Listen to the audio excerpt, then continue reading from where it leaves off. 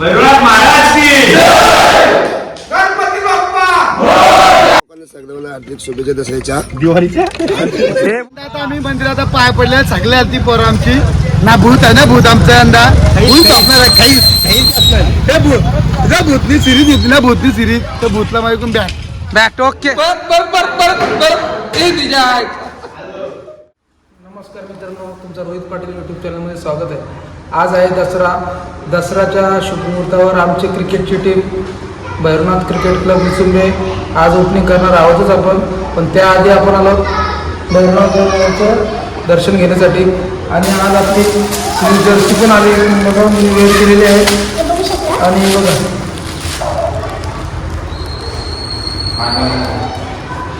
Back side front side सुंदर अशी Jersey आहे आपली. भैरवनाथचं नाव आहे भैरवनाथ 11 टीम. आणि बाकीचे मित्र आता येतीलच. हे बघा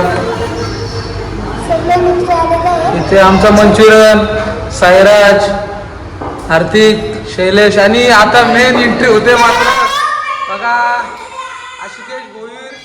त्याच्यानंतर एंट्री होते रात्रि के यात्री भूत नाना भोईर के सुपुत्र जो की लेफ्ट हँडेड बल्लेबाज आहे. अजून एक जण का हे भूत, अजून एक जण का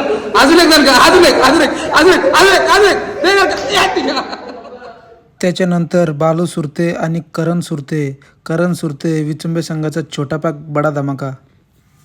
त्याच्यानंतर आला विचुंबे संघाचा सर्वात सेफ फिल्डर म्हणजे ऋषी पाटील. नंतर झाली किरण भोईरची एंट्री. नमस्कार मित्रांनो, आज आपल्यासोबत आहे विचुंबे संघाचा छोटा पॅक बडा धमाका करण सुरते. तर त्या दिवशी आपण संवाद साधणार आहोत. कारण काय बोलणार आता क्रिकेटला हंगाम आता दसऱ्याला आपण चालू करणार आहोत.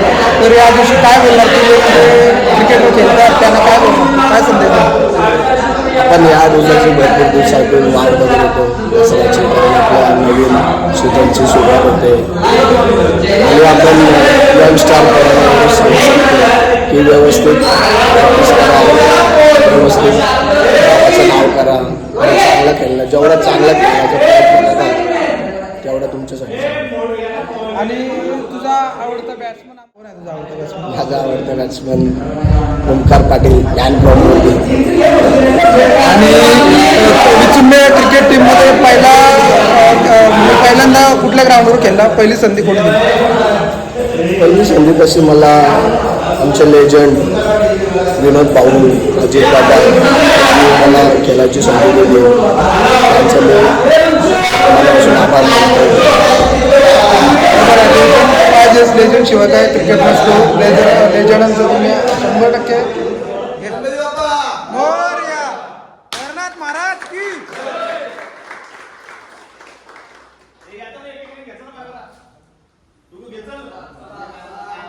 भैरवनाथ महाराज की गणपती बाप्पा.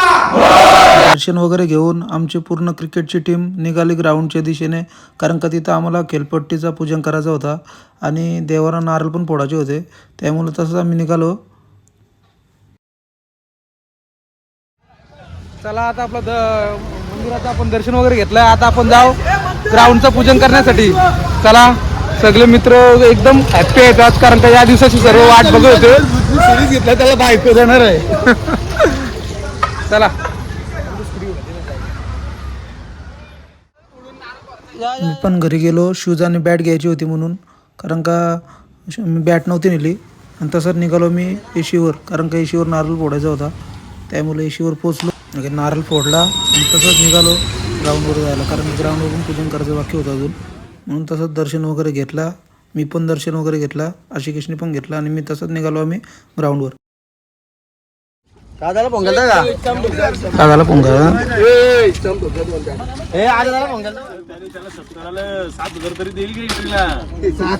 1000 मागितलं त्यांनी, बोलते 1000 दे, बोलते याला नारळ पोरं 1000 काढलं बोलतं. नाही रे मग एवढं 2.5-3 लाख आलं. मग असा मग त्याचं 2-4 डायलेक्ट मध्ये ठरलं कोणी.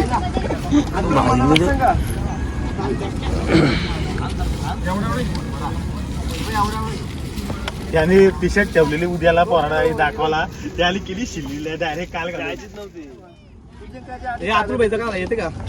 हे करून लावा तुम्ही फोन. चला गुड्डू भोईर यांच्या शुभ हस्ते आपण विकेटचं पूजन करतो. सर्व आपले क्रिकेट रसिक क्रिकेट आजपासून चालू होतंय आपला. तो तिकडे आहे बघ, तू घे. हो काय संदेश ठेव ना. दगडू पुढे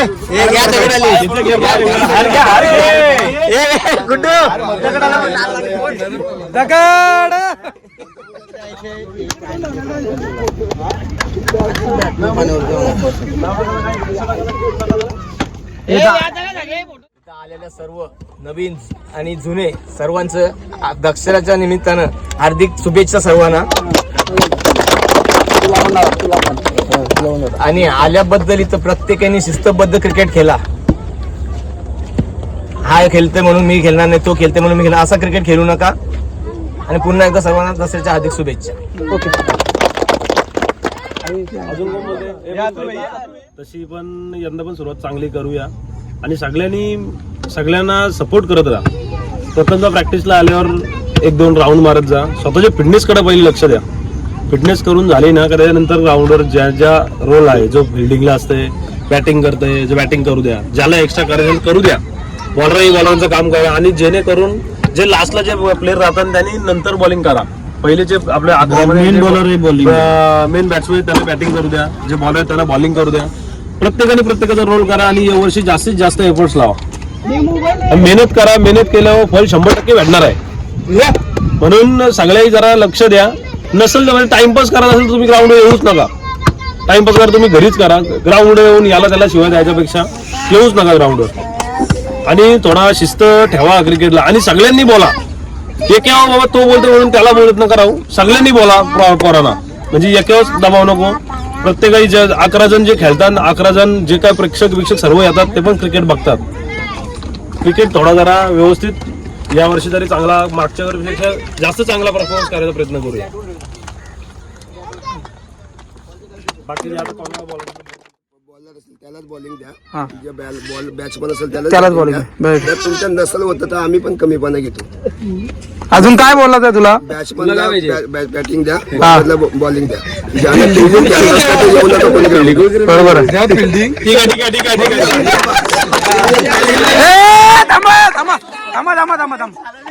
नाही तू बोल इकडे लाईव्ह चल. ठिकाणी टोल टाकत जागा राहिली, पब्लिक पण आपल्या टीमला नाव देतात. आपल्याला खूप साऱ्या शुभेच्छा. गेलेला अनुभव कदाचित आपल्याकडे कमी असेल, पण आताच आम्ही ऐकलं की आपल्याकडे बाईक आली पाहिजे. पण मित्रांनो, म्हटलं जातं ना, लहरों से डरकर नौका कभी पार नहीं होती और कोशिश करने वालों की कभी हार नहीं होती. तुम्ही जर प्रयत्न केलेत तर प्रयत्नाला नक्कीच यश मिळेल. आणि मी या गावदेवी चरणी प्रार्थना करतो की आमच्याकडे येणाऱ्या या मोसमामध्ये रायगड जिल्ह्यामधून नक्कीच या संघातून बाईकमॅन म्हणून एक प्रसिद्धीला होईल अशी श्रीकृष्ण चरणी देखील प्रार्थना करतो.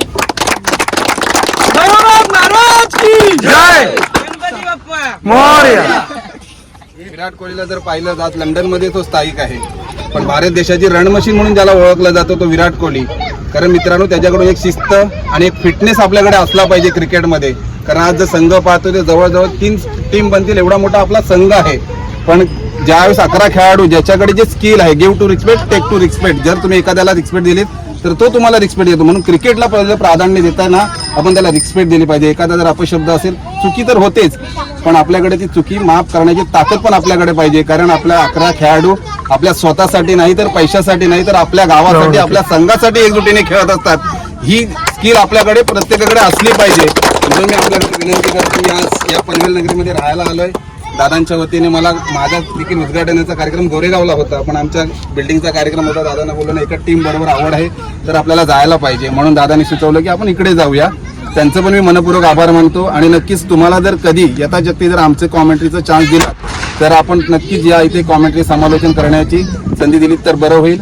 आणि कुठल्याही गोष्टीची आर्थिक सहाय्याची मी मागणी करणार नाही. जी तुम्हाला कला आवडली त्यानुसार तुम्ही दिलात ते मानधन घ्यायला मी स्वीकारेन. आणि फ्रीमध्ये जरी बोललात तरी मला संधी दिलीत तरी मी ती स्वीकारायला तयार आहे. आणि मला 2 शब्द बोलण्याची जी संधी दिलीत त्याबद्दल तुमच्या टीमचं मी मनपूर्वक आभार मानतो. आणि नक्कीच तुमचा एक बाईकमॅन जर झाला या टुर्नामेंटला तर त्याच्याबरोबर सेल्फी पॉईंट घेण्यासाठी आम्ही देखील याच मैदानामध्ये नक्कीच आवर्जूनपूर्वक येऊ. धन्यवाद. त्यानंतर स्वर्गीय नितीन जुवेकर यांना आपण श्रद्धांजली अर्पण केली, कारण का विचुंबे टीमचा एक भला मोठा नाव म्हणजे नितीन जुवेकर यांना पूर्ण भैरवनाथ विचुंबे क्रिकेट टीमच्या वतीनं भावपूर्ण श्रद्धांजली. आणि नितीन दादा, तुझी आठवण कायम आमच्या हृदयात राहील. मिस यू नितीन दादा.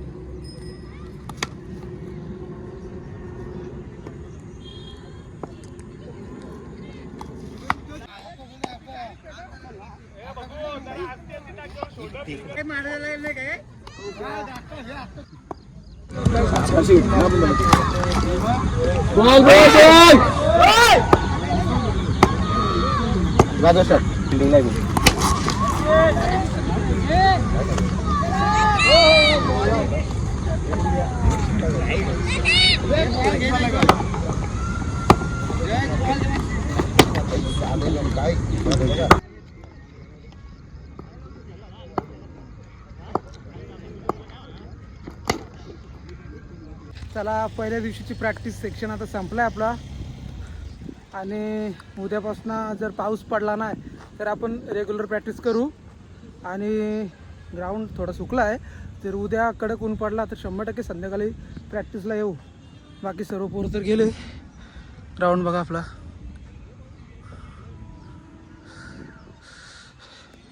तर चला, आजचा ब्लॉग आता इथेच एंड करू. संध्याकाळी जाऊन बॅटिंगचं पूजन वगैरे करू आणि इथेच आपला ब्लॉग एंड करू. चला.